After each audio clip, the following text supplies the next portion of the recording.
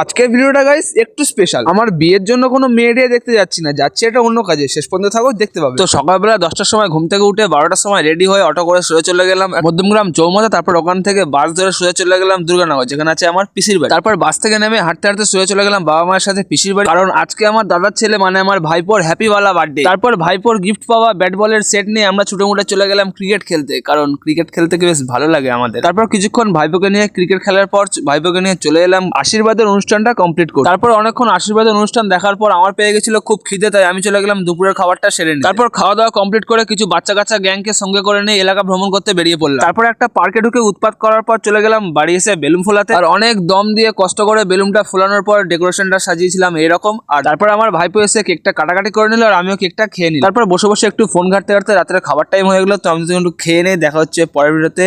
আমি ততক্ষণ খাই আর তোমাদেরকে বলি টাটা বাই বাই। ভিডিওটা যদি ভালো লাগে like comment share and subscribe